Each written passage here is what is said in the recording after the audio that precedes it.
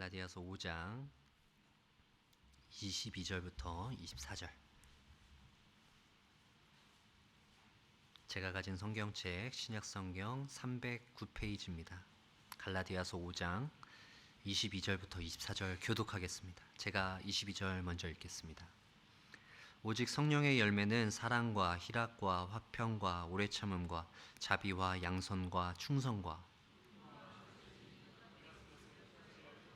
함께 읽겠습니다. 그리스도 예수의 사람들은 육체와 함께 그 정욕과 탐심을 십자가에 못 박았느니라. 아멘. 성령의 열매 네 번째인데요. 오래 참음에 대한 내용입니다.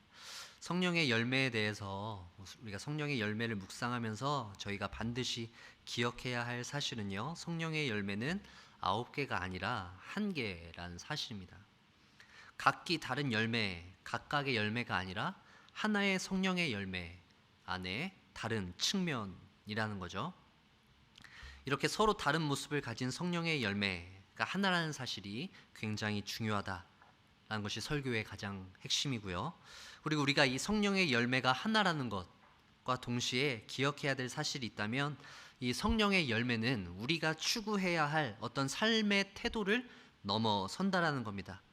예를 들어서 우리가 성령의 열매, 사랑을 묵상한다라고 하면서 여전히 사랑에 대해서 갈구할 수 있지만, 우리의 삶 가운데 사랑이 넘치길 원할 수는 있지만, 많은 사람들은 사랑하지 않지만 정작 자기 자신은 사랑하지 못할 수 있어요. 우리가 성령의 열매 중에 희락을 살펴볼 때 희락을 외칠 수는 있지만 우리의 삶 가운데는 끝없는 고통이 밀려올 수도 있어요. 화평도 마찬가지죠. 우리가 화평하고자 노력하면 노력할수록 우리의 삶 가운데는 갈등과 불화가 넘쳐날 수도 있습니다. 그렇기 때문에 삶의 태도를 넘어선다라고 말씀드리는 이유인데요, 우리가 이 성령의 열매를 묵상하는 이유는 성령의 열매를 통해서 우리의 모습이 뭔가 억지로 사랑이 넘치고 기쁨을 가득해야 한다라는 걸 말씀드리고 싶은 것이 아니라, 여러분의 삶 가운데 화평이 가득 넘쳐야 한다라는 것이 아니라, 우리가 이 성령의 열매를 묵상하면 묵상할수록 오직 그리스도를 바라보게 되어야 한다라는 겁니다. 성령의 열매를 넘어서서 그 성령의 열매가 있게 된 원인으로서 예수 그리스도의 그 십자가의 복음을 우리가 주목해보고 싶다라는 거죠. 육체의 소욕을 따라 살아가는 것이 아니라 성령의 소욕을 따라 살아가는 성도들의 모습이 바로 이 성령의 열매를 거두는 사람들의 모습입니다.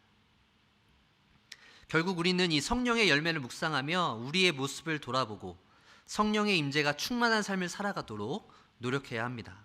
그것이 우리의 사명이죠. 자, 그렇다면 오늘 우리는 이 성령의 열매의 한 가지 측면으로서 오래 참음에 대해서 살펴보고자 합니다.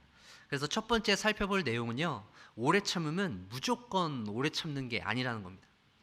성령의 열매로서 오래 참는다라는 말은 모든 것을 체념하고 포기하고 어쩔 수 없이 받아들이는 것, 참고 견딤, 그 이상이 바로 오래 참음입니다.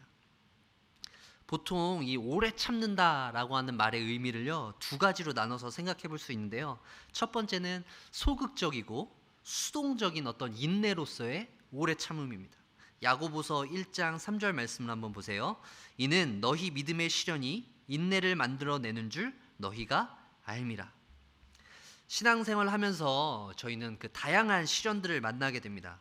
여러 가지가 있겠지만 그 중에 한 가지를 꼽자면 성도로서 우리가 믿음 생활을 하면서 이 세상에서 살아갈 때 겪는 어떤 시련들이죠. 우리는 빛과 소금의 역할을 감당해야 돼요. 예수님의 제자입니다. 그렇기 때문에 이 세상에서 살아갈 때, 이러한 정체성으로 살아갈 때 분명히 부딪힐 수밖에 없는 지점이 생기는데, 그것은 바로 어디냐면 예수님을 모르는 사람들과 우리가 살 때 그들과 갈등이 생길 수밖에 없다는 것이죠. 그러다 보면 시련이 찾아오기 마련이에요. 예수님을 모르는 사람들은 우리가 가지고 있는 이 정체성에 의문을 제기합니다. 왜냐하면 그들도 나름대로 가지고 있는 정체성이 있기 때문이에요. 한 국가 안에서 시민으로서 훨씬 더 도덕적이고 세상에 대해서 진지한 태도로 살아가기 때문입니다. 최선을 다해서 살아가요. 그러면서 우리와 너희가 굳이 다른 게 뭐냐? 근데 너희는 왜 자꾸 다른 것처럼 하냐? 왜 너희만 자꾸 튀려고 하냐? 예수 믿는 게 대수냐라는 태도로 저희를 대한다는 거죠. 거기서 오는 핍박과 박해, 시련이 있다는 거예요. 이런 것들이 찾아올 때 저희는 인내해야 됩니다. 이러한 인내를 좀 소극적이고 수동적인 인내라고 말씀드리고 싶은데요. 또 한 가지의 인내, 오래 참음의 측면이 있는데 그것은 적극적이고 능동적인 인내입니다. 디모데후서 4장 2절 말씀을 한번 보세요. 너는 말씀을 전파하라. 때를 얻든지 못 얻든지 항상 힘쓰라. 범사에 오래 참음과 가르침으로 경책하며 경계하며 권하라. 하나님의 말씀대로 살기 위해서는 우리 성도들에게 찾아오는 여러 가지 시련이 있다라고 말씀드렸는데요. 이런 시련들을 우리가 오래 참아야 합니다. 한두 번 참는 게 아니라 굉장히 오래 참아야 된다는 거죠. 이러한 오래 참은 가운데에는 소극적이고 수동적인 인내가 있다고 말씀드렸습니다. 그리고 또 적극적이고 능동적인 인내가 있어요. 하나님의 말씀을 가르치는 일을 통해서, 하나님의 말씀을 우리가 더욱더 묵상함을 통해서 우리에게 찾아오는 이런 시련들도 이겨낼 수 있습니다. 이것이 바로 소극적이고 수동적인 오래 참음과 다른 측면이죠. 제가 지금 말씀드리는 적극적이고 능동적인 이 오래 참음과의 차이예요. 우리에게 억지로 참도록 하는 것으로 가까워지면 가까워질수록 그것은 소극적인 인내입니다. 수동적인 인내예요. 하지만 억지로 하는 게 아니라 내가 자발적으로 좀 더 그러한 인내를 하기로, 견디기로 다짐할 때 우리는 적극적이고 능동적인 오래 참음 쪽으로 간다라고 생각할 수 있습니다.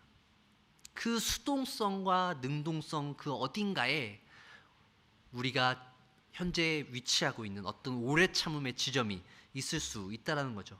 결국 핵심은 우리가 얼마나 억지로 참느냐, 그렇지 않느냐에 있다는 거예요. 자, 예를 들어 볼게요.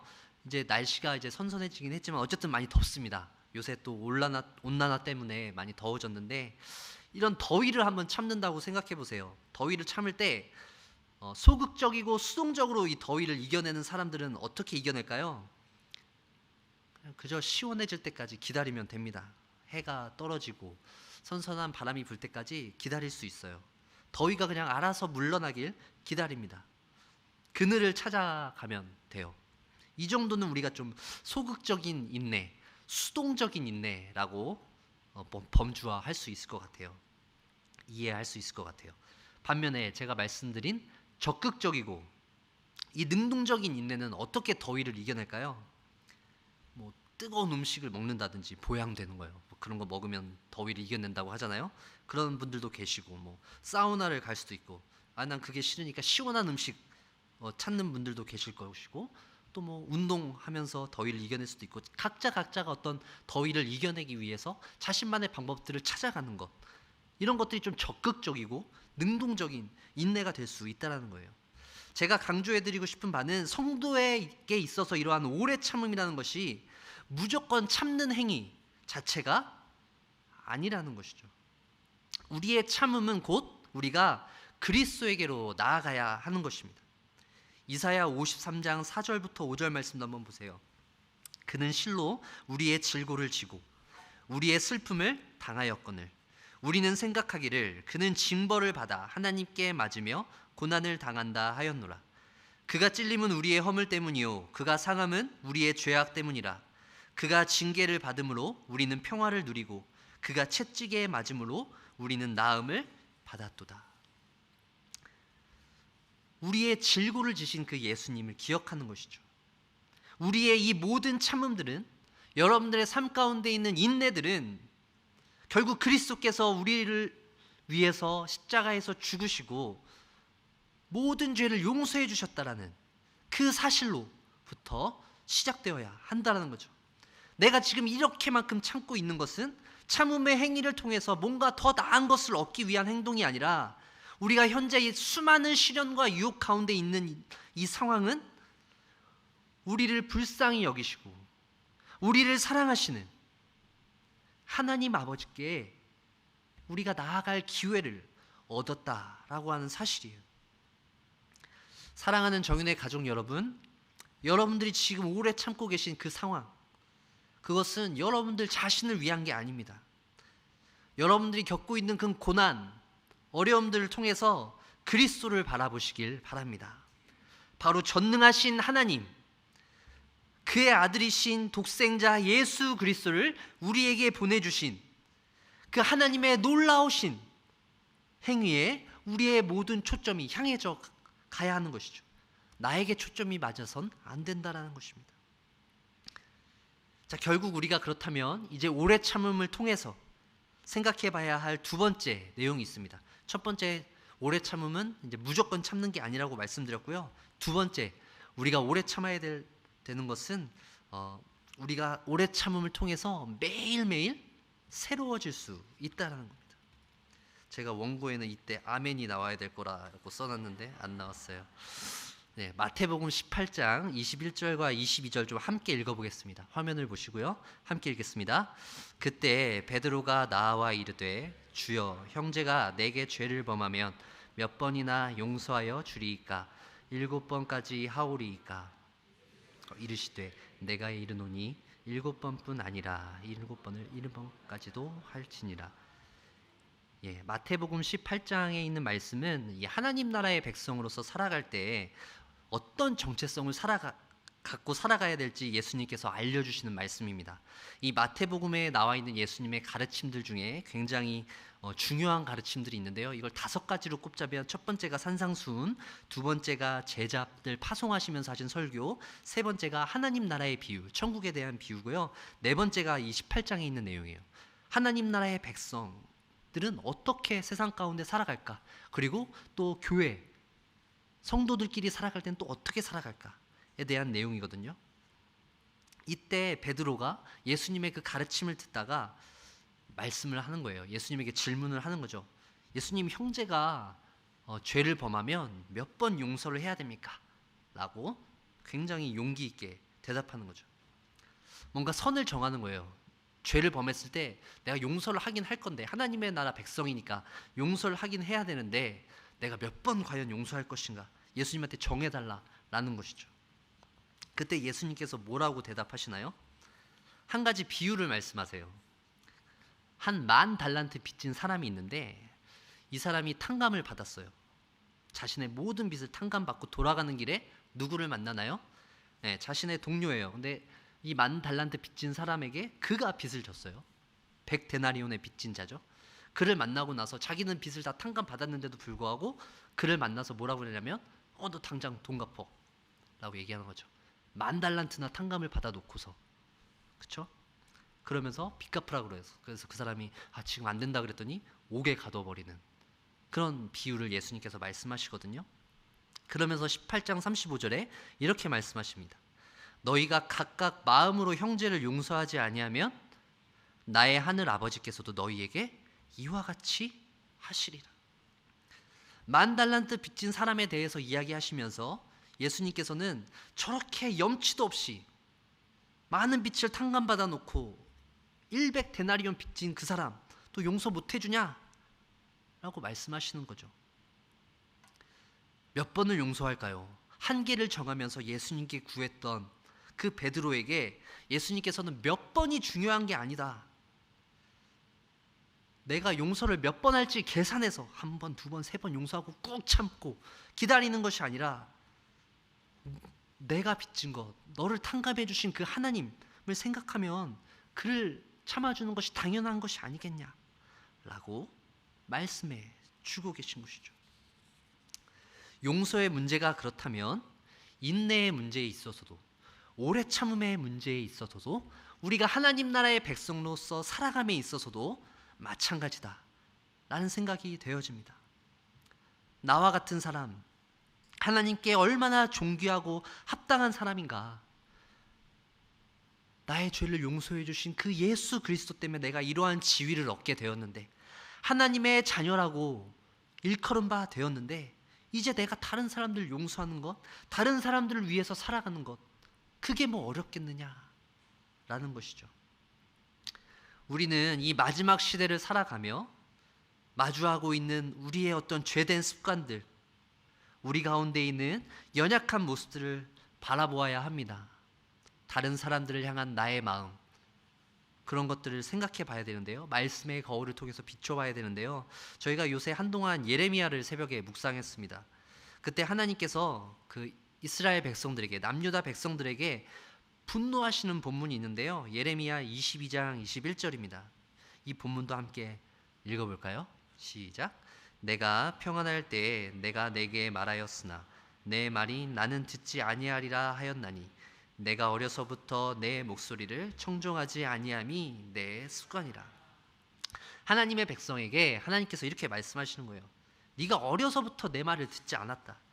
이스라엘 백성들이 애굽에서 나아올 때부터, 애굽에서 종살이하다가 하나님께서 이끌어 내어주시고 홍해에서 놀라운 기적들을 보여주시고 시내산에서 율법을 주시며 광야로 인도하신 하나님이 너희들을 인도하여 낸 그때, 너희가 막 이제 하나님의 백성이 새롭게 시작한 그때, 너희들이 어렸을 때, 그때부터 너희는 내 목소리를 청종하지 않았다. 그리고 그것이 바로 너의 습관이다 라고 말씀하고 계신 거예요. 하나님의 말씀을 듣지 않는 그들의 모습이 일시적인 것이 아니라, 아주 잠깐 그랬던 게 아니라 습관이었다는 거예요. 그들은 원래부터가 그랬다는 거예요. 여러분, 습관이라는 게 얼마나 무서운지 아시나요? 내 자신의 습관에 대해서 알고 계세요? 내 자신의 습관은 자기가 아는 것도 있지만 사실 모르는 게 훨씬 더 많습니다.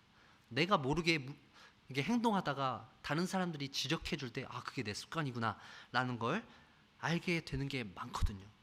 하나님의 이 냉정한 평가입니다. 하나님의 율법을 그렇게 떠받들었던 유대인들에게 하나님께서 너희가 어려서부터 내 목소리를 듣지 않았다 라고 하시는 하나님의 이 말씀은 굉장히 두려운 말씀이에요. 사랑하는 정윤의 가족 여러분, 여러분들을 힘들게 하고 여러분들을 어렵게 만들며 지금 여러분들이 참을 수밖에 없는 상황 가운데 있게 된다면 그것은 여러분들이 새로워질 수 있는 기회라는 사실을 기억하시길 바랍니다. 매일매일의 새로워짐이 바로 우리의 습관이 되어야 합니다. 새로운 습관이 되어야 한다는 거죠. 매일 우리의 마음을 낙심하게 만들고 매일 우리를 좌절하게 하며 도무지 우리가 새로워질 수 없도록 우리의 생각과 감정을 어지럽게 만드는 세상의 여러 가지 걱정과 염려들 앞에서 우리는 오래 참음을 향해 나아가야 합니다. 말씀드렸다시피 이러한 오래 참음은 우리의 어떤 노력과 힘으로 달성할 수 있는 것이죠. 억지로 참아야 하는 것이 아니라는 겁니다. 오랫동안 산에 들어가서 수련하면서 얻을 수 있는 게 아니에요. 오직 주님의 은혜로만 주어질 수 있는 것입니다. 매일의 삶 속에서 우리의 믿음을 돌아보고 예수 그리스도를 오래도록 묵상하며 하루하루 걸어갈 때 나중에 돌아봤을 때 우리의 삶이 변화되어 있는 것을 발견할 수 있는 것이죠.